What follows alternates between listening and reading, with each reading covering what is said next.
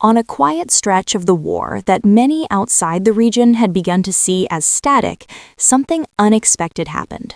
A system that Russia had long presented as among the most protected, most expensive, and most symbolic elements of its national defense was reported damaged or destroyed far from the front lines. The event did not unfold with dramatic footage or official declarations at first. Instead, it emerged through fragments, satellite imagery, cautious military statements, and muted confirmations. What made it striking was not only the material loss, but the location and implication.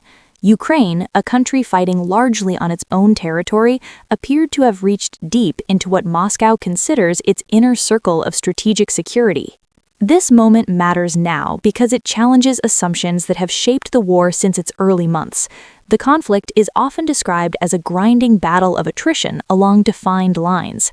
Yet this incident suggested something different: the ability to penetrate layers of defense once thought to be largely symbolic but invulnerable.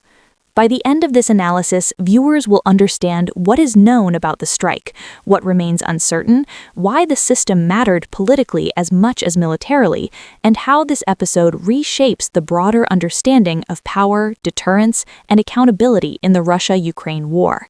To understand why this incident carries such weight, it is necessary to step back and examine the broader context. Since Russia launched its full-scale invasion of Ukraine in February 2022, the conflict has evolved through several distinct phases. Early expectations of a rapid Russian victory collapsed under logistical failures and Ukrainian resistance. The conflict then settled into a prolonged struggle involving artillery duels, drone warfare, missile strikes, and competing narratives aimed at domestic and international audiences. Throughout this period, Russia has emphasized its strategic depth and advanced military technology as pillars of national security. Central to that image are high-cost air defense and early warning systems designed not only to protect territory but to signal deterrence to rivals. These systems occupy a special place in Russian military doctrine. Built at enormous financial cost, often over decades, they're presented as proof that Russia can shield itself from external threats, including NATO air power. They also serve a domestic political function. In official speeches and state media, advanced weapons are framed as evidence of technological self-sufficiency and strategic superiority, reinforcing the legitimacy of state institutions and leadership. The idea that such systems could be reached or disabled carries implications far beyond the battlefield. Ukraine, on the other hand, entered the war with far fewer resources and without comparable strategic depth. Its military strategy has relied on adaptability, intelligence sharing with partners, and the creative use of available technology. Over time, Ukraine has developed the capacity to conduct long-range strikes using a combination of domestically produced drones, modified weapons, and in some cases, Western-supplied systems operated under specific constraints. Each expansion of Ukrainian reach has been politically sensitive, raising questions about escalation, deterrence, and international law. The reported strike that brought this issue into focus occurred against this backdrop. According to Ukrainian officials, a high-value Russian system located deep inside Russian-controlled territory was hit and rendered inoperable. Russian authorities initially downplayed the incident, offering limited information and emphasizing that air defenses had functioned as intended. Independent analysts, using commercially available satellite imagery and open-source intelligence, later identified signs of significant damage consistent with the loss of a major system.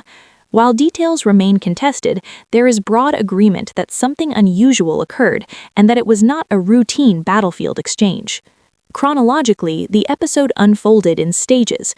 First came reports of an explosion or strike in a region far from the active front.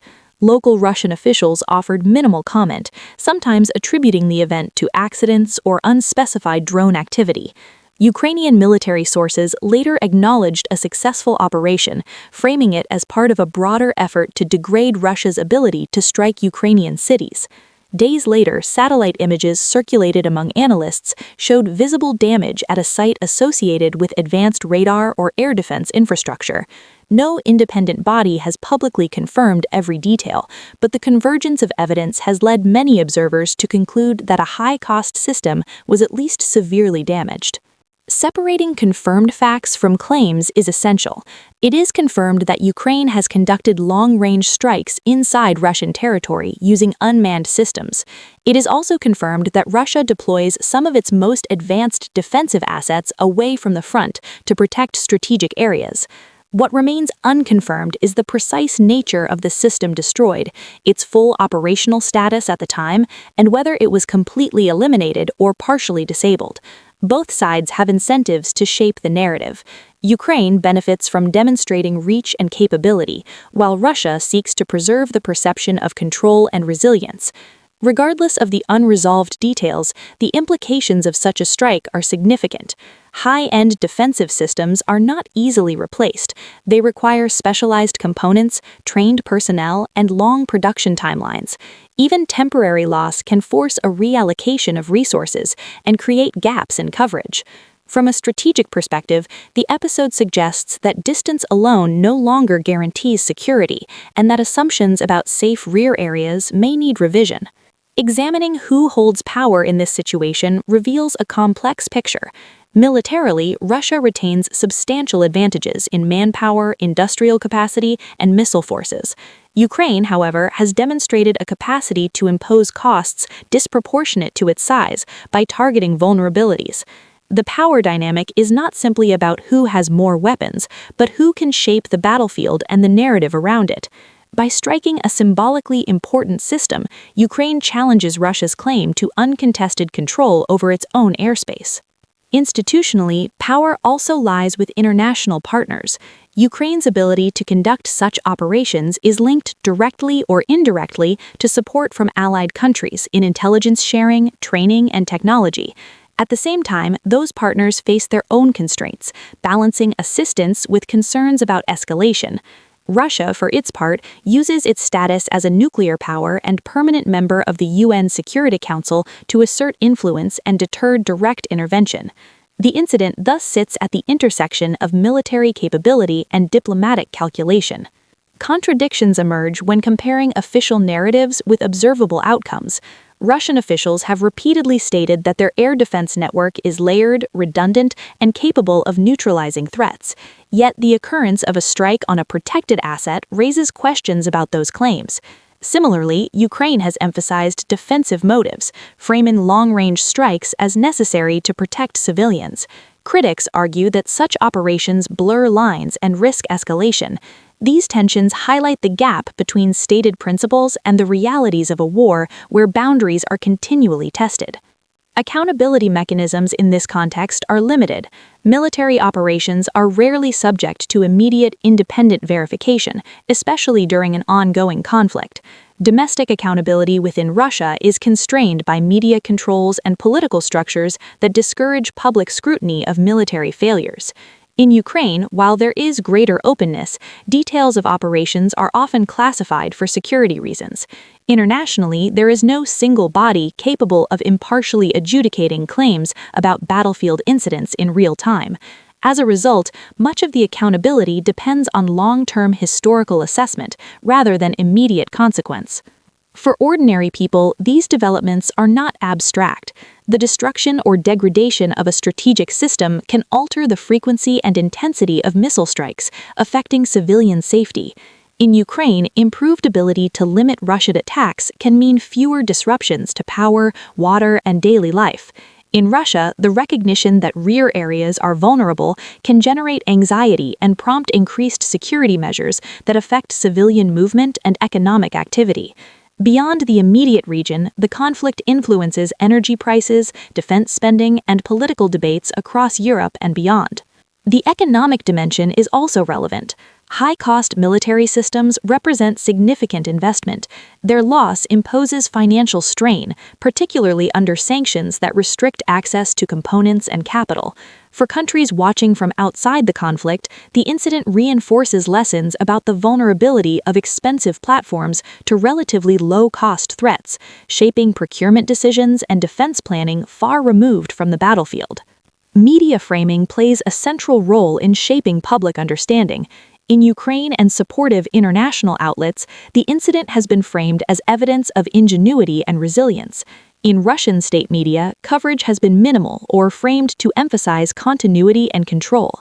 International media often focus on the symbolic aspect, highlighting what the strike suggests about the balance of power. What is frequently minimized is the uncertainty surrounding details and the broader pattern of adaptation on both sides. Simplified narratives risk obscuring the complexity of modern warfare. Comparing domestic and international perceptions reveals further divergence. Within Ukraine, long-range strikes are seen as necessary and justified. Within Russia, acknowledgement of vulnerability is limited, and public discourse emphasizes external threats and resilience. Internationally, audiences interpret the event through their own political lenses, sometimes projecting broader geopolitical rivalries onto a single incident.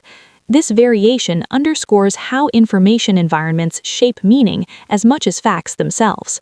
Looking to the long-term implications, the episode suggests several plausible outcomes without resorting to prediction. First, it reinforces the trend toward asymmetric warfare, where lower-cost systems challenge high-value assets. Second, it may accelerate changes in how states deploy and protect strategic infrastructure, emphasizing dispersion and concealment. Third, it highlights the importance of transparency and credible communication in maintaining deterrence. If claims of invulnerability are repeatedly contradicted, trust in official narratives erodes. For global governance and alliances, the incident adds to ongoing debates about escalation control and the boundaries of support. It illustrates how assistance short of direct intervention can still alter strategic calculations. At the same time, it underscores the difficulty of managing conflict in an interconnected world where actions in one theater resonate widely. As the story comes full circle, the strike serves as a reminder that power in modern conflict is not static. It is contested, tested, and redefined through moments that reveal underlying realities. Accountability in this context is not only about assigning blame, but about understanding consequences and learning from them. Institutions, whether military, political, or media, are judged not solely by their declarations, but by their performance under pressure. In the end, what this episode reveals is less about a single destroyed system and more about the fragility of assumptions. The belief that certain spaces are beyond reach, that certain assets are untouchable, has shaped strategic thinking for decades. When those beliefs are challenged, even briefly, they force a reassessment. For citizens, analysts, and policymakers alike, the lesson is clear. Scrutiny matters. Evidence matters. And understanding the gap between image and reality is essential in a world where the stakes extend far beyond any single battlefield.